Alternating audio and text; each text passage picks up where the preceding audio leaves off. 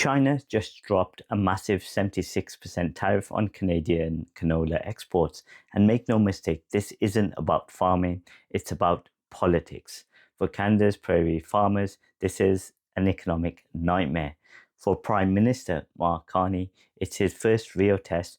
For the country as a whole, it could redefine Canada's place in a world that's been torn apart by Donald Trump's trade wars. It may be the first real test of how Mark Carney intends to lead Canada through a divided world defined by trade wars, geopolitical rivalries, and shifting alliances. Canola is one of Canada's most successful exports, worth almost $5 billion every year, and China, Canada's second biggest buyer. But overnight, that trade has ground to a halt. Nearly 6 million tons of product now risk being trapped inside Canada with no immediate place to go. And while officials in Beijing claim this is about so-called dumping, almost no one believes it. The truth is far more political.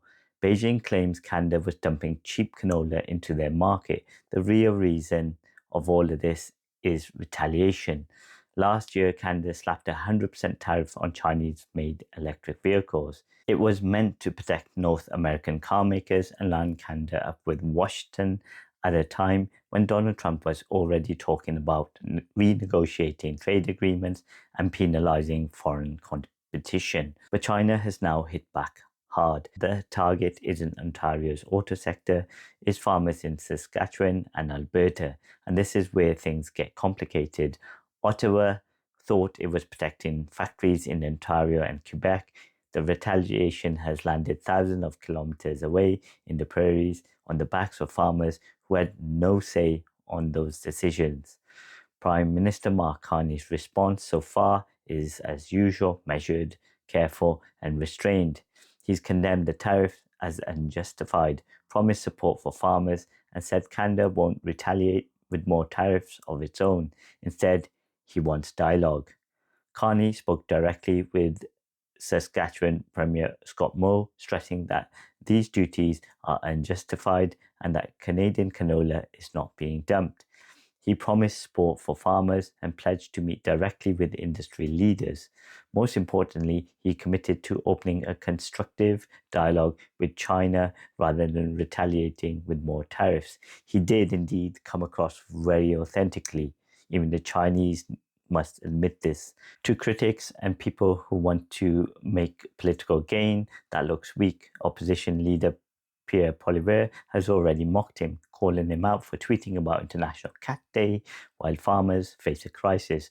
But Carney's strategy might actually be the smarter move. Here's the real issue. Canada has tied itself almost entirely to the United States for decades, but with Donald Trump back in the White House, tariffs from Washington are hitting Canada just as hard as tariffs from Beijing. So the question is, does Canada keep clinging to the US as its main trade partner, or do they finally diversify and build resilience within the economy? Carney is signaling a shift. He's saying Canada needs to be smarter, not just tougher. That means diplomacy over confrontation, partnership over punishment, long-term resilience instead of short-term politics. The next few weeks will be critical. If China doesn't budge, farmers could face devastating losses. But if Carney's diplomatic gamble works, these tariffs could be rolled back before harvest turns into disaster. Either way, this isn't just about canola. It's about how Canada navigates an unstable world caught between two superpowers that don't hesitate to use trade as a weapon. And for Carney, it's his chance to prove that Canada can find its own path, one built on intelligence, restraint, and purpose. So the question is Canada ready to stop relying so heavily on the US and finally stand on its own global trade, or just trading one crisis for another? This story is far from over, and we'll be following every twist and consequences right here.